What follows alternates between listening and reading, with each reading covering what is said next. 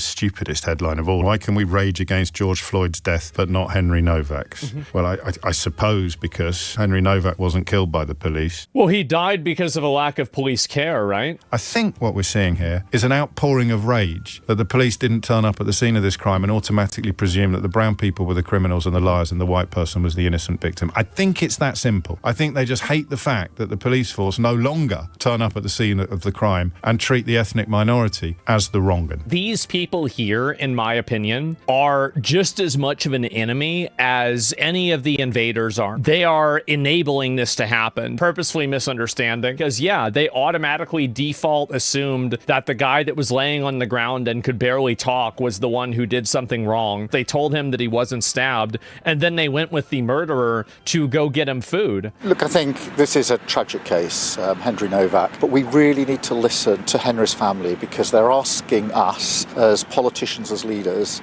not to use his case to whip up divisions. See, he's trying to rein people in because he knows that it's getting out of control, and he knows that this could break containment and actually radicalize people. The fact is that there is a two-tier police state that prioritizes minorities at the expense of the native population. This is unfair, and it shouldn't be happening. Just listen again to what the family are asking of us. Such a massive high ground opinion, by the way.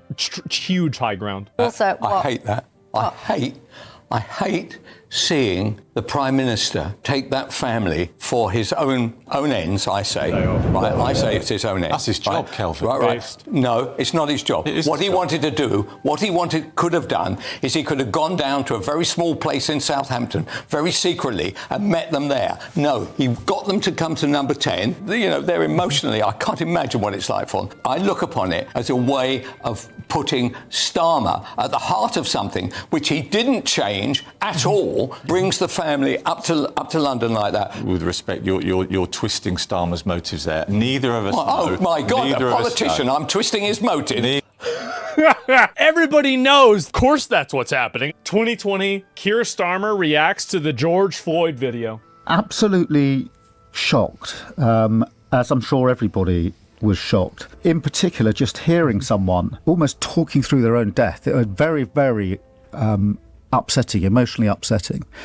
And I'm afraid, I'm sure this is the same for other people. I couldn't take my mind off the face of the officer and the sort of nonchalance, if you like, of what was happening. It was really... By the way, Henry Nowak was 1,000 times worse than George Floyd. It's not even close. Really, really chilling. And I think that's why it sparked such a reaction across the world. I was genuinely shocked, and the image, I think, will stick with me, and I'm sure it'll stick with many, many people.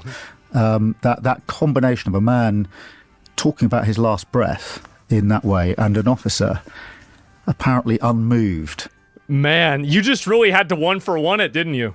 That's so ironic. Wow. Almost half of British students back the return of the death penalty. The death penalty was abolished in Britain in 1969, but growing numbers of youngsters are now calling for its reintroduction. I'm glad to see this. I'm very happy to see young people that are becoming extremely based. This is amazing. I'm very, very happy about this.